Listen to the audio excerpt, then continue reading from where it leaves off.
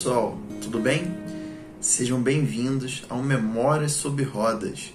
O meu vai ser mais genérico, eu não vou ter um carro específico, vou falar de vários carros. Então, antes de você começar o vídeo, vou encher o saco.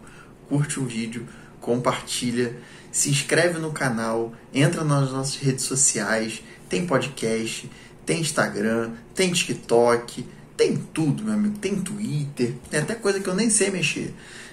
É isso aí, galera. Sente-se e vamos a mais uma história. Então, galera, é o seguinte. Eu queria contar pra vocês como é que começou lá toda a minha sina com Fiat na minha vida, né? Todo mundo sabe que hoje eu tenho um Palio, já tive outros Palios na minha vida, mas eu vou contar um pouquinho como é que tudo começou, né? Lá na década de 90, assim como eu acho que boa parte dos brasileiros, a Fiat tinha muito preconceito no Brasil. E lá em casa não era diferente, tá? Por incrível que pareça, ninguém queria ter um Fiat lá em casa. E lá em casa a gente tinha uma... Acho que até um pouco hoje, quando um compra um carro, entra uma série de compras seguidas, né? Então começou isso lá atrás com o Chevette, depois teve a época do Escort e teve a época do Palio também. Mas bem antes disso, né? Isso ainda estava na época dos Escortes, né? E aí meu tio na época tinha um Escortes R3 e ele não queria ficar andando muito com o carro, porque era um carro, né? Isso foi em 93, 94, né? Que o Escort dele era essa idade, era zero, ele comprou zero. E aí ele comprou um Uno ELX, né?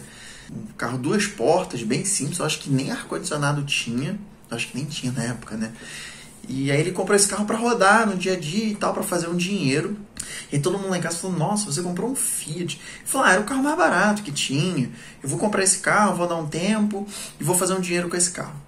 E aí o pessoal começou a andar com Fiat lá em casa, né? Que era o carro que, meu Deus, ninguém gosta de Fiat. E acabaram gostando. Nossa, o carro é levinho, a posição de dirigir é altinha e tal.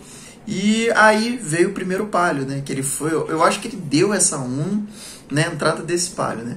Um Palio ED, que foi o primeiro Palio lá de casa, que eu lembro que ainda fazia, você chegava na concessionária, não tinha internet, assim, até tinha internet, mas não era tão popular, né? Não existia a compra, né, de você entrar e montar um carro pela internet. Então tinha um terminal lá, eu acho que ele já estava offline, aí você tinha lá, você selecionava várias coisas do carro, eu quero um Palio ED, você selecionava o motor, selecionava o acabamento, selecionava os opcionais e tal, pedia para, no final imprimir uma ficha e você dava na mão do vendedor. Era uma puta ação de marketing, entendeu? Porque aquilo não funcionava para nada, você não gerava um pedido, sabe, tipo, você não estava acessando o site de nada, era ali, pegava um papel, dava na mão do vendedor, já saiu o preço do carro, você negociava e comprava o carro.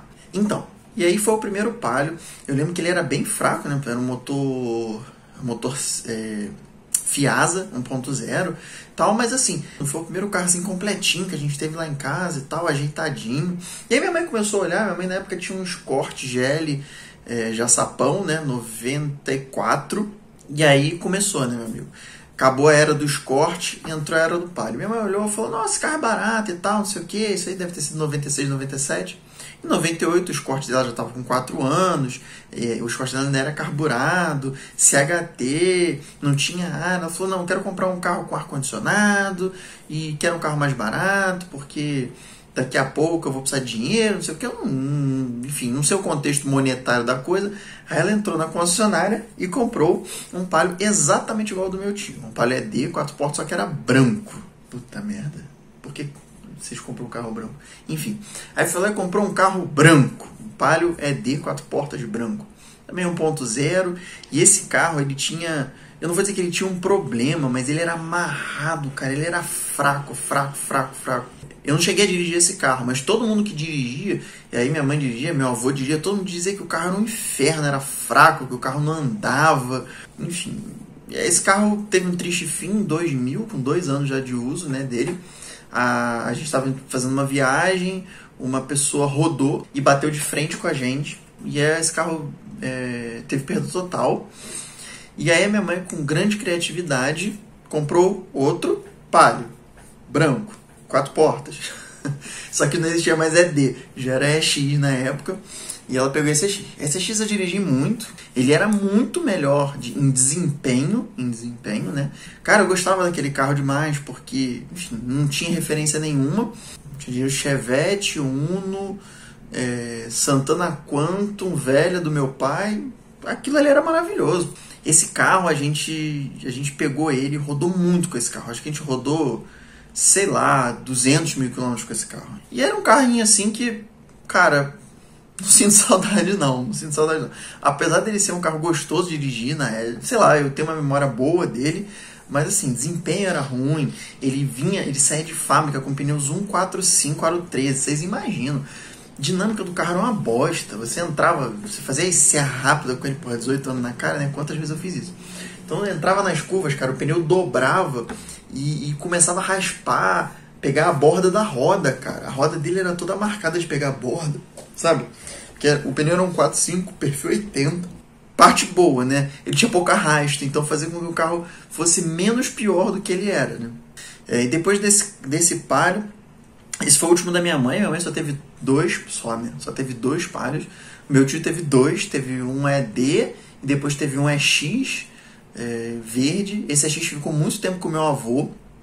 E graças a esse carro, o meu avô comprou hoje, que é o meu carro, que é o Palio de segunda geração, né? E esse carro eu lembro que quando a gente foi comprar ele, meu avô já era muito idoso, né? E aí quando a gente foi comprar, a gente, não vamos comprar um carro muito forte, meu avô já estava começando a ficar muito idoso, não, vamos comprar um carro mais fraco, meu avô e tal, infelizmente, né? Podia ter comprado 1.3 pelo menos. Mas enfim, compramos 1.0, ele achava que o carro andava muito, então esses foram os primeiros Palios, né? E aí meu pai teve alguns outros Palios, teve um de primeira geração, dois de segunda geração e um de terceira geração. Esse terceira geração era um vermelho. Cara, esse carro era muito bonito. E logo que lançou aquele vermelhão, aqueles farol bonito pra caramba. Básico de tudo, 4 portas. Era um carrinho, já era flex, então ele já andava mais do que o azul. Tinha um cavalo a mais na ficha técnica. E aí o último Palio da minha vida, né? Óbvio que o último é o que eu tenho agora, mas eu já falei dele lá atrás, né? Que era o Palio que era do meu avô, né? Quando eu terminei minha faculdade, quando eu me formei, em 2012, eu fui comprar um carro. E qual carro foi? Um Palio. E aí, tava no lançamento do último Palio, né? Daquela última versão do Palio. E eu entrei na loja e fiquei olhando, aí tinha um ponto da primeira geração, 1.4, e tinha o Palio Sport, né? Eu falei, cara, eu quero esse. Era o mesmo preço, né, do carro. Aí o cara até falou, eu consigo tinha um encalhado de estoque 1.6 para você, 1.6 de 6 válvulas, mas da geração antiga, já tinha lançado a geração nova, era tipo resto de estoque. Acho que era R$1.000 mais caro que o Palio. Eu falei, não, eu quero o Palio Sport. Cara, foi uma das melhores sensações da minha vida até aquele momento. Pegar um carro, o carro chegou na cegonha, eu tava lá no dia que o carro desceu da cegonha, sabe? Fui lá ver o carro chegando, e aí eu peguei, ele era aquele preto, né? Não lembro, acho que ele é metálico, perolizado, não lembro. Era o preto, o Palio preto do Sport, né? Não tinha ainda versão com teto solar, não tinha nada. O meu era o mais básico, não tinha nem som, ele veio sem som, não era comum o carro vir com som na época. E ele era um 1.6, 16 válvulas e torque. Motor estava ele lançando, tinha lançado há pouco tempo atrás, né, na geração anterior do Palio. Mas era um motor ali que tinha uma pimentazinha, né, porque ele vinha com uma reprogramação. Se eu não me engano, ele tinha um cavalo a mais do que as versões normais do Palio, né? Ele vinha com escapamento, era um pouco menos restritivo, talvez esse um cavalo viesse aí nesse escapamento menos restritivo. Ele tinha uma ponteira bacana, o som desse carro é um pouquinho diferente das versões normais, e ele tinha a caixa encurtada também, e a quinta era mais curta, e eu acho que o diferencial do carro inteiro também era mais curto. Ele já saía com roda 16, e a suspensão dele era toda diferente, o carro era mais baixo, a suspensão era bem mais dura. Claro, se você comparar com o RS que eu tive depois, era um carro de passeio, mas assim, comparado a um Palio normal, que sempre foi um carro muito mais molenga, né? Essa suspensão era bem mais dura. Cara, muito acertado. Esse Palio, e aí é a minha melhor memória, né, dos Fiat, né, tirando o meu outro, que eu não vou gastar tempo nesse vídeo, porque você já tem vários vídeos. Aliás, se vocês ainda não assistiram, cliquem aí para vocês assistirem, eu contando lá do meu Palio, que foi do meu avô, que eu fiz o swap do motor, botei ele 1.4 16 válvulas, tem fuel tech, etc, etc. Então tem um vídeo mais completo aqui. Mas esse Palio e-Torque que eu tive, nesse Sport, foi também, ele significou bastante para mim, porque ele foi um carro que foi meu primeiro track day. E foi uma sensação única. Primeiro porque foi um dos últimos track days do Autódromo de Brasília, foi minha primeira experiência e foi muito valiosa. E assim, o carro é muito gostoso, era um carro assim muito... Ele te passava uma sensação boa, porque ele te entregava ali muito do que estava acontecendo, sabe? Ele não era aquele carro anestesiado, o volante dele é bem direto, o freio dele funcionou muito bem. Então, foi um carro assim que eu gostei muito de andar com ele no track day, sabe? Foi meu primeiro carro mesmo, que tinha meu nome no documento. Então, foi uma sensação bem gostosa. É um dos carros que eu sinto muita falta. E se um dia eu tiver que comprar um carrinho 1.6 mais antigo, com certeza vai ser um Sporting desse, porque puta, eu adoro esse carro. O acabamento dele, na época, quando ele foi lançado, era um acabamento muito bom. Hoje em dia... eu não considero ele com acabamento bom, óbvio, tem carros muito melhores acabados, mas no valor dele, no custo que ele teve, né, ele era um carro bem superior.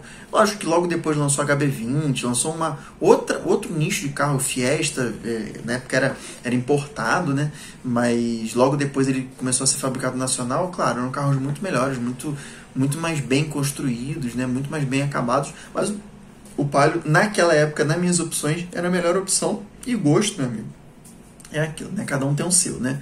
Então eu adorava aquele carro. Eu achava o carro ele diferente do Palio que eu tenho do meu avô, né? Que era do meu avô. Ele era um carro bem mais espaçoso, tanto do banco traseiro. Meus filhos andaram nele, botava cadeirinha, era bem tranquilo. A mala dele não era tão grande assim. Aliás, foi uma das coisas que me irritou muito nele, porque não cabia o carrinho do meu filho na horizontal, ele ficava meio que na vertical, então você freava, ele batia no banco, você acelerava, ele batia na mala, cara, era horrível. Tudo bem, o carrinho era um trambolho, isso também piorava, mas foi um carro que me atendeu pra caramba. O motor e-Torque sempre foi muito elástico, sabe? Apesar dele ser 1.6, ter 117 cavalos, que hoje não é uma potência puta maravilhosa, mas para a época era um motor que respondia muito bem. Ele não sofria dos problemas do 1.8, né, até do Palio mesmo, Weekend 1.8, que eles tinham um câmbio muito longo, e esse motor 1.8 ele tinha uma preguiça de andar em baixa rotação, se dá para chamar assim. Então acabava que ele bebia muito 1.8, você tem que acelerar muito para ele poder sair, ele faltava torque em baixa, né, ele não tinha.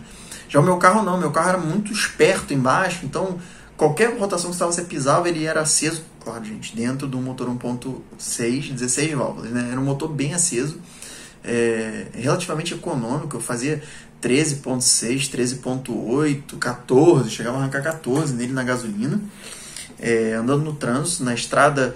Eu não sou padrão para estrada, meus carros sempre bebem mais do que na cidade, mas na cidade meus carros são bem econômicos. Manutenção, apesar dele dar um pouco mais de manutenção que o Fire, não era absurdo, não era um absurdo. Nunca precisei fazer nenhuma manutenção maior. Ele teve um problema, que foi a trizeta do câmbio. Ela provavelmente ou ela não veio lubrificada de fábrica, ou ela entrou água na coifa ali da trizeta do câmbio. Ficava fazendo uns barulhos estranhos, o volante tremia quando você acelerava com muita força. Dava muita carga de acelerador, o volante dava uma tremida.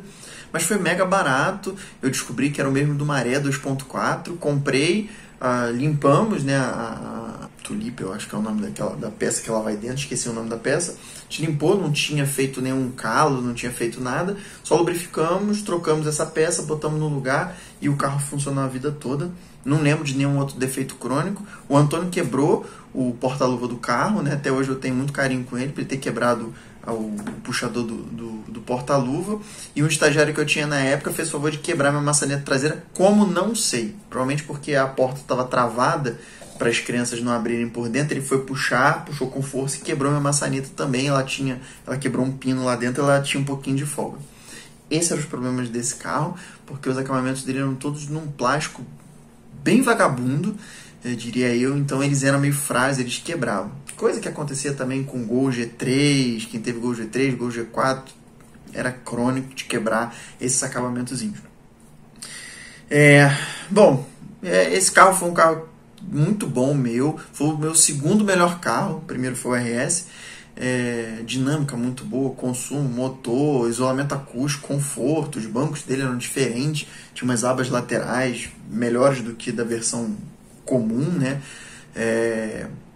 Ar-condicionado dele era muito forte, viajava bem, apesar dele ser mais duro, ele era bem confortável, e é isso. Eu acho que deu para representar um pouquinho aí a minha vida de Fiat e dar um enfoque um pouquinho maior aí no meu Palio Sport, que foi meu xodó dos Palios. E o outro eu não falei porque tem vídeo exclusivo dele aí. Procurem aí na nossa playlist aí que tem falando dele, que tem outro carinho com o meu azulzinho. Mas com o Sporting eu tive um carinho, vendi ele para comprar o RS. Mas ele foi um carro que me atendeu muito bem mesmo. E se você pensa em comprar um Sport, eu digo pra você para não comprar, porque é o que eu falei. Ele até 2012 ele era um carro bom. Em 2013 você tinha Fiesta, tinha HB20, tinha um monte de coisa que eram carros muito superiores a ele. Enfim, é isso aí, galera. Então isso aí foi um pouquinho do resumo aí. Teve mais uns Fiat, eu tive também um Uno, que eu não falei no vídeo, numa outra oportunidade, porque o vídeo está muito grande, eu falo. A minha esposa também teve um Uno, que ajudou a gente aí na mudança aí para Brasília, né? É isso aí, galera. Esse foi o meu memória sobre roda aí de Fiat. Falei um pouquinho do meu Palio, falei dos meus Fiats aí que passaram na minha vida. Espero que vocês tenham gostado. Curtam, compartilhem, mandem pros amigos, pra sogra, pro cunhado. Sigam nossas redes sociais, nossos podcasts. E é isso aí, galera. Um abraço. Feliz 2022.